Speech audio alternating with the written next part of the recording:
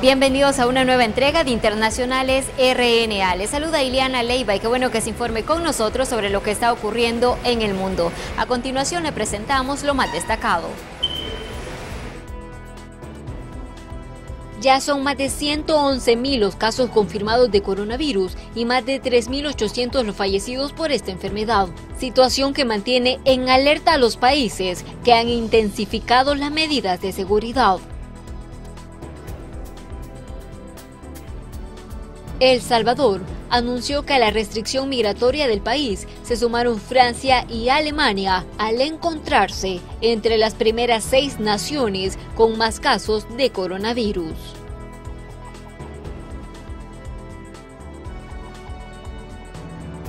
El Vaticano enviará una comisión investigadora a México para profundizar en los casos en los que se señala a miembros del clero por abuso sexual. Vamos a iniciar con el detalle de la información. El COVID-19 mantiene en alerta al mundo. Ya son más de 111.000 los casos confirmados de coronavirus y más de 3.800 fallecidos por esta enfermedad. La Organización Panamericana de la Salud habló sobre la situación en Latinoamérica. La Organización Panamericana de la Salud ha confirmado 180 casos de coronavirus en Latinoamérica y el Caribe. En una rueda de prensa que tuvo lugar en Washington, la directora de la institución, Carissa Tien, destacó el trabajo de la organización. Estamos trabajando junto con los Estados miembros para fortalecer las actividades de vigilancia para la detección temprana de casos importados potenciales de COVID-19 y para asegurar la preparación necesaria.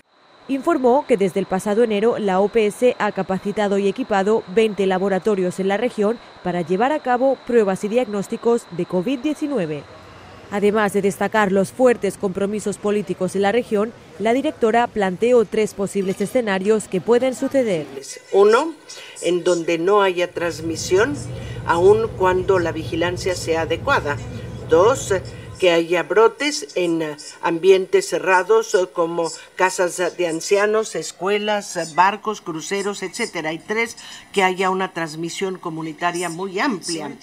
Jarbas Barbosa, director asistente de la OPS, destacó el rechazo de la organización frente a cualquier ataque a los afectados por el virus. No recomendamos ningún tipo de medida o ningún tipo de acción que pueda conducir a prejuicios o a xenofobia o a estigma contra ningún país y ninguna población.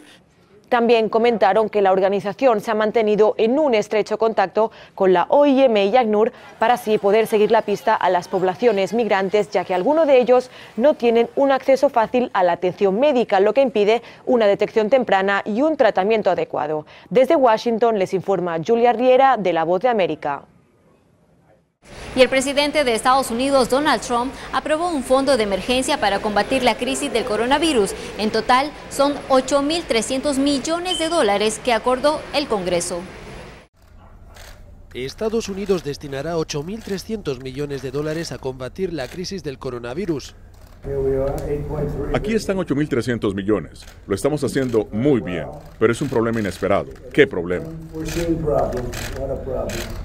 Donald Trump dio así luz verde desde la Casa Blanca a este presupuesto de emergencia que el Congreso ha más que triplicado. Pedí 2.500 y me han dado 8.300. Lo tomo.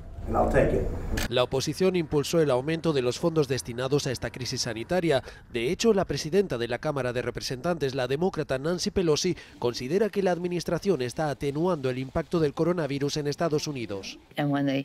Cuando el presidente dijo vayan a trabajar, no, hay otras directrices que se deberían estar dando. Incluyendo a los estadounidenses repatriados, la cifra de contagios en el país ya superó los 200 casos en al menos 20 estados. La costa oeste es la más afectada. Los estados de Washington y California, junto al de Maryland, ya han declarado la emergencia.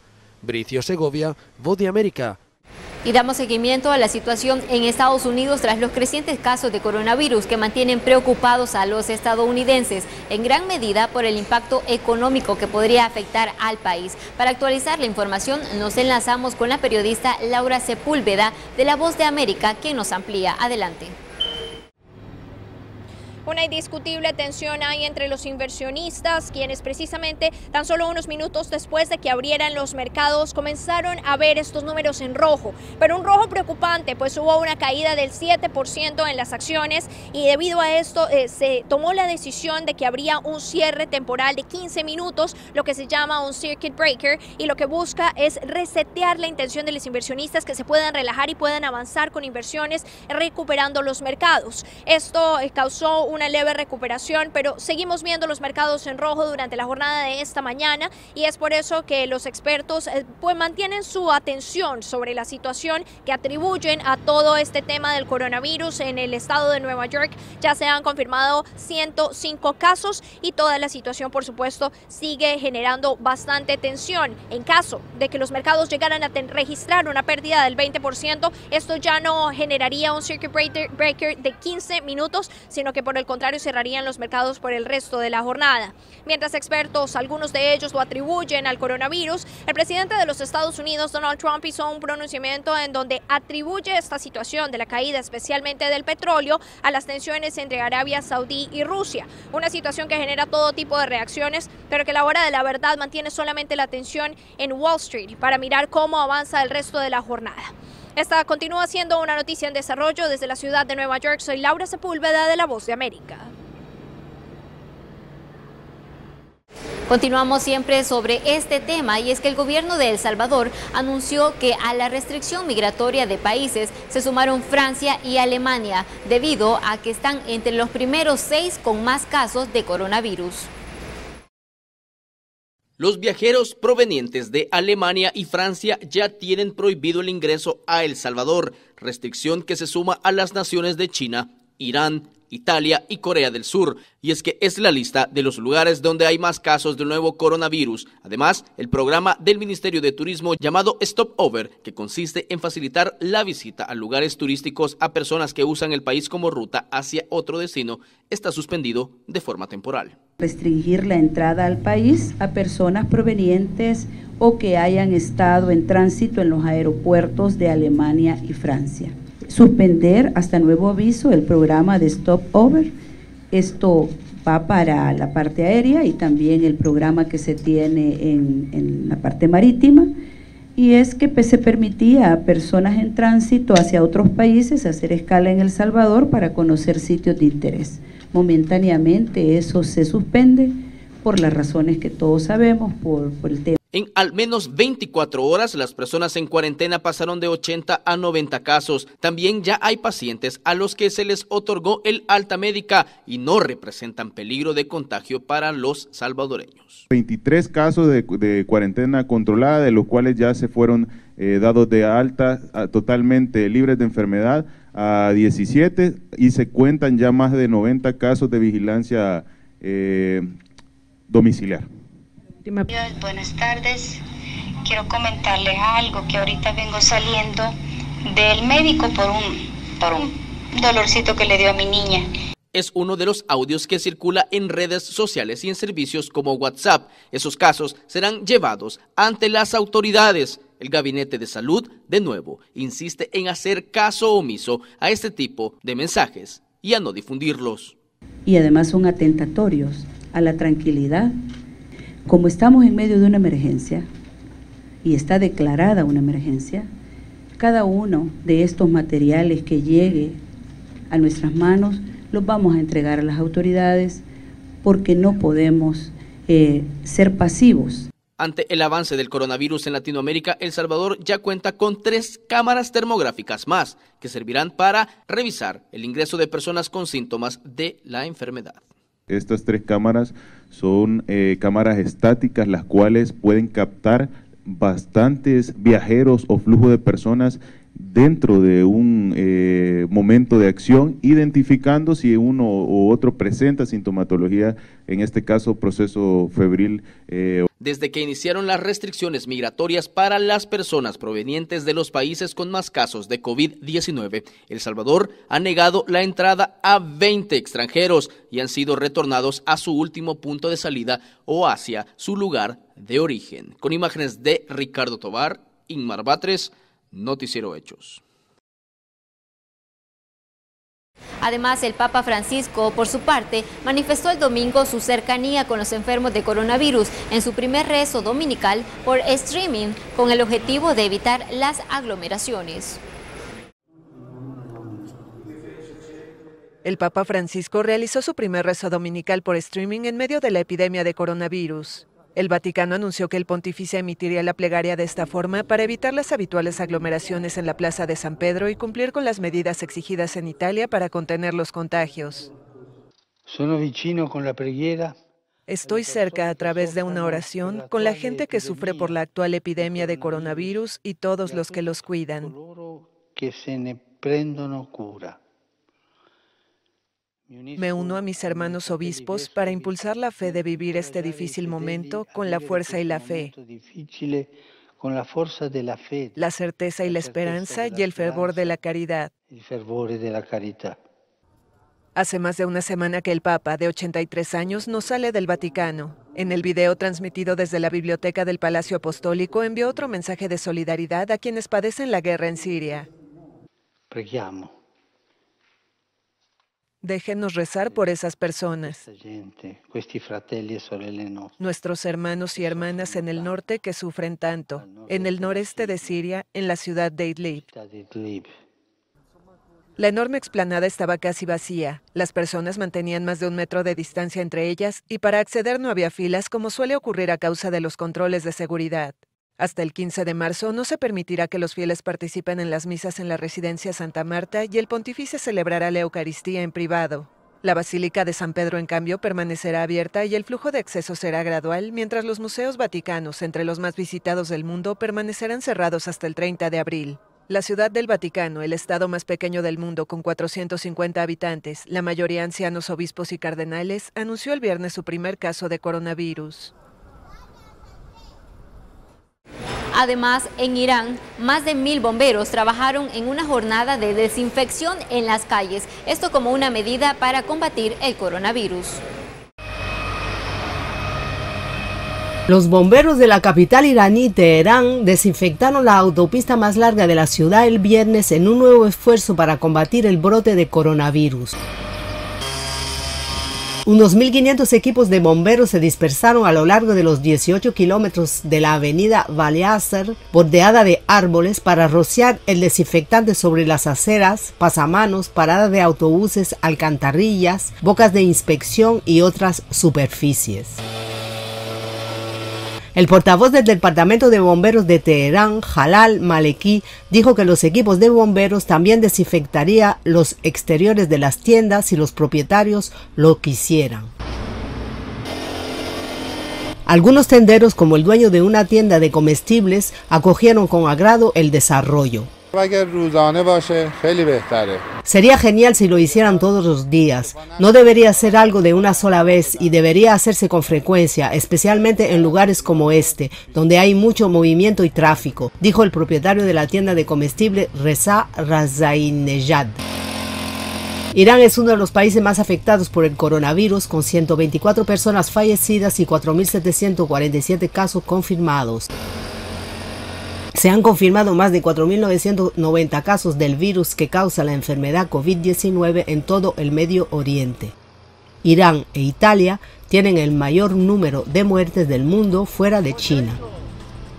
Anne-Marie García, Associated Press. Es momento de hacer nuestra primera pausa, pero en un minuto volvemos con más información en Internacionales RNA.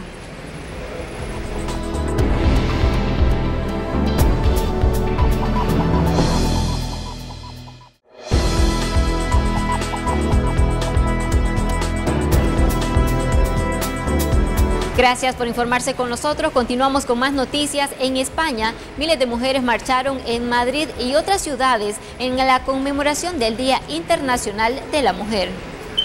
Miles de mujeres marcharon en Madrid y otras ciudades españolas el domingo como parte del Día Internacional de la Mujer, a pesar de los temores de la propagación del coronavirus.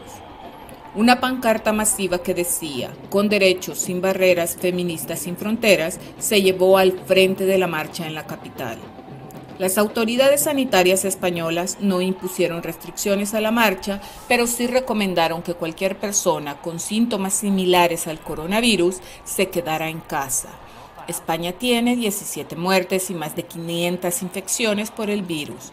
La semana pasada, el gobierno izquierdista de la coalición española aprobó un nuevo proyecto de ley sobre delitos sexuales que hace que el consentimiento sea un factor determinante en los casos, ya que la nación europea ha puesto un enfoque renovado en la lucha contra la violencia doméstica. Para Boa Noticias, Leni Castro. Y El Salvador se sumó a la conmemoración del Día Internacional de la Mujer. Miles alzaron su voz para exigir que el Estado garantice el acceso a la justicia. ¡Alerta que camina la lucha feminista por América Latina! Marcharon desde el Boulevard de los Héroes hasta el centro de San Salvador. Exigieron que el Estado les garantice justicia. Al menos 230 mujeres fueron asesinadas en 2019. Además, de acuerdo a la Digestic, en los primeros 6 meses del año pasado hubo 12.646 hechos de violencia contra la mujer. De esos, 3.138 fueron agresiones sexuales y el 67% de las víctimas eran menores de 18 años, es decir, que ocurrían diariamente 17 de esos casos. Cada 8 de marzo se pone en perspectiva la desigualdad en la que viven miles de mujeres en El Salvador y el mundo. Justicia no nos está dando respuesta a las mujeres, no estamos accediendo a la justicia. Lo hemos visto en casos concretos, lo hemos visto con el caso de la impunidad que genera ante la violencia. Creo que ese es uno de los grandes errores y los grandes problemas que tiene nuestro país, la impunidad. Pero otro sector de la población, las discapacitadas, también alzan su voz en medio de esta fecha conmemorativa. Reclaman la falta de espacios para movilizarse en la ciudad o, en los peores casos, aceras, entradas a edificios y otras instalaciones no existen. Además, exigen que sean tomadas en cuenta para que tengan voz y voto en las decisiones que les beneficien. No hay buses ni arquitectónicamente estamos adecuados en el país. Lamentablemente son promesas que vienen haciendo, el Estado tiene una deuda política. La verdad que, como dice nuestra convención, nada para nosotras sin nosotras. Nosotras necesitamos que nos escuchen, pero solo que digan y que pongan a las personas que quieren en los temas de discapacidad. Eso no es justo, porque para eso estamos nosotras, para decirles nuestro sentir y pensar, y todas sabemos aquí dónde nos aprieta el zapato. Desde la discapacidad lo vivimos, lo padecemos y lo adolecemos. Para este lunes se espera que alumnas y trabajadoras de la Universidad de El Salvador se sumen al paro internacional convocado para protestar en contra de la violencia de género y la discriminación. Con imágenes de Ricardo Tobar, Inmar Batres, Noticiero Hechos. En otro tipo de información, en el Departamento de Tesoro de Estados Unidos anunció sanciones a la policía de Nicaragua como institución y a 3 de sus altos mandos, quienes son señalados de participar en la represión contra opositores. La policía de Nicaragua se convirtió en la primera institución pública sancionada por Estados Unidos. El Departamento del Tesoro la considera una herramienta de represión utilizada por el gobierno del presidente Daniel Ortega. La sanción a la policía es un golpe que va al corazón del régimen Ortega Murillo. Roberto Cajina, quien es especialista en temas de seguridad, explicó a La Voz de América que las sanciones impiden que cualquier organización que tenga relaciones financieras con Estados Unidos haga transacciones con la institución policial. Los bancos ya deben estar cerrando las cuentas de la policía, porque si los bancos mantienen las cuentas de la policía, van a ser sancionados de la misma manera que la policía. El diputado opositor Jimmy Blandón advierte de la gravedad que tendrá la sanción a la institución de seguridad. Cuando vos le haces una sanción a una persona, esa individualidad no te va a afectar a todo un colectivo, pero una institución que está dispersa a nivel nacional es una sanción grave. Sin embargo, el diputado oficialista Luis Barbosa asegura que las sanciones no afectan al gobierno, sino a la ciudadanía. Total injerencismo, quieren golpear al pueblo de Nicaragua, somos el pueblo el que sufre. Además de la Policía Nacional, Estados Unidos ha sancionado a 18 funcionarios nicaragüenses señalados de participar de fraudes electorales, corrupción y violación a los derechos humanos. Donaldo Hernández, Voz de América, Managua. En más información internacional, esperar en México el proceso de asilo ha generado cambios en la actividad fronteriza. Para los migrantes, la espera cada vez es más difícil de soportar lejos de sus familias. Es difícil. Sí. Es muy difícil donde uno ya llega acá y lo rechaza. Lo mandan para Juárez, esperar la corte, a ver si uno gana el asilo o no, a ver qué le dicen. Está esperanzado que primeramente Dios lo llegue a ganar uno. Esperanza a la que se aferra el salvadoreño Manuel Adalberto, de 28 años, uno de los aproximadamente 60.000 migrantes que han sido regresados a México bajo el protocolo de protección a migrantes. Mis hijos me hablan que ellos quieren que yo esté cerca de ellos, pero yo les digo que vengo por un sueño mejor, pero no poderles ayudar ahorita. Ellos se sienten mal. Los migrantes que se encuentran esperando asilo aquí en el albergue El Buen Samaritano en Ciudad Juárez tienen la oportunidad de recibir a miembros de la Organización Internacional para las Migraciones, los cuales hablan directamente con ellos acerca de sus casos y tratan de determinar si tienen o no un caso viable de asilo. Será cuestión de no tener los recursos para alojar, por decir, a menores no acompañados. Según el agente Mario Escalante de la patrulla fronteriza de El Paso, el proceso se les garantiza a los migrantes. Para nosotros fue poder darle la habilidad a las personas que tuvieran la oportunidad de presentarse ante un juez, pero sin embargo que también nos diera la oportunidad de no estar tan saturados con el alojamiento para que entonces no tuviéramos dónde alojar a las personas. Como en esta sección de aquí, vea, vas a tener lo que es la cerca aquí. Estas políticas, explicó a La Voz de América, son el resultado directo del trabajo con los países de donde provienen la mayor parte de los migrantes. Nuestro liderazgo en Washington, ¿verdad?, hizo acuerdos con países centroamericanos para tratar de averiguar qué se requiere o qué necesitamos hacer para que haya menos personas dejando el país y tratando de introducirse hacia esta zona de la frontera.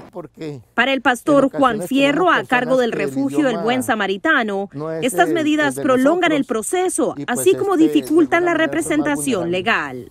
Al principio las personas como que no entendían el proceso, como que se sentían un poco agredidos por la situación. La espera, que de acuerdo a Fierro es de más de 10 meses, los ha llevado a que se integren en las comunidades mexicanas mientras esperan.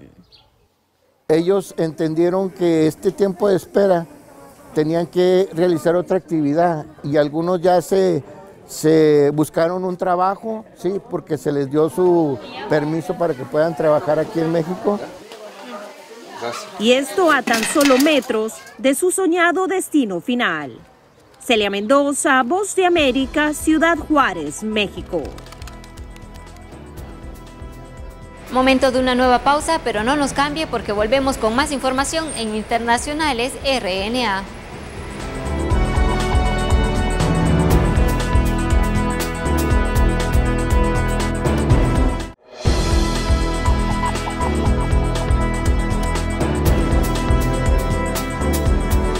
Gracias por su sintonía. Continuamos con más noticias. A finales de este mes, el Vaticano enviará una comisión investigadora al territorio mexicano para profundizar en los casos que señala a miembros del clero por abuso sexual. El Vaticano ha anunciado que enviará una comisión investigadora a México a finales de marzo para estudiar los casos de abuso sexual cometidos por miembros del clero. Podría marcar un punto de inflexión en el segundo país católico más grande del mundo si las investigaciones de la Iglesia llevan a enjuiciamientos. La Iglesia Católica Romana comenzó a investigar a 4 obispos mexicanos en mayo pasado por supuestamente encubrir casos de pederastía, dijo el representante del Vaticano en México. Clérigos y responsables de la Iglesia Católica en México, varios de ellos han cometido gravísimos delitos contra niños y niñas en nuestro país, en varias partes del territorio, y la autoridad correspondiente y competente no ha hecho nada. Jesús Romero Colín, víctima de abuso, que fue una excepción porque su abusador, el sacerdote López Valdés, fue el primer sacerdote condenado en México por pederastía, y ahora está cumpliendo 63 años de prisión, pone en duda la eficacia de las medidas tomadas por la Iglesia contra los abusos. Sigue siendo lo mismo, la estructura sigue siendo la misma, siguen manteniendo los mismos prejuicios, siguen manteniendo el mismo pensamiento de favorecer a los delincuentes que alberga la Iglesia y de estigmatizar y revictimizar a las víctimas. Otras víctimas de abuso sexual por parte de los clérigos han expresado su escepticismo sobre la Comisión Investigadora del Vaticano en México, aunque la mayoría dijo que se reunirá con los investigadores del Papa Francisco. México tiene fuertes lazos con la Iglesia, una historia de negación de abusos y reticencia cultural para discutir el abuso sexual. Por eso ha salido a la luz mucha menos explotación sexual que en otros países, pero los feligreses están empezando a exigir medidas. Anne-Marie García, Associated Press. Y tenemos más información internacional en el siguiente resumen.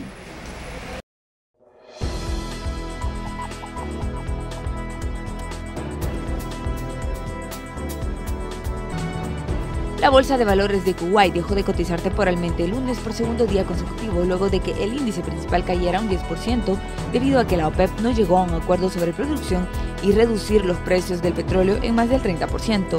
Los temores sobre los efectos del coronavirus en la economía y la industria petrolera también afectaron a los mercados bursátiles en los países del Golfo.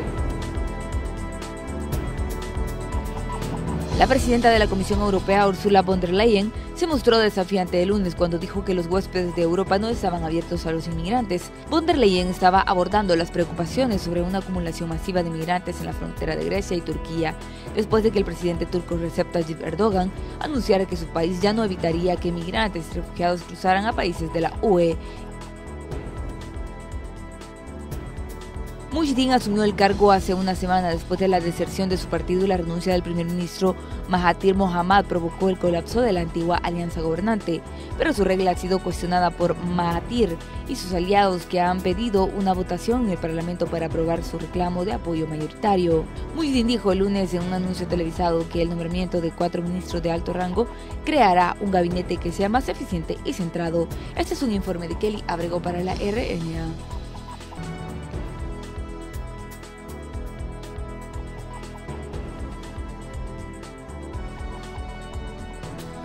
Así finalizamos esta entrega de Internacionales RNA. Gracias por informarse con nosotros.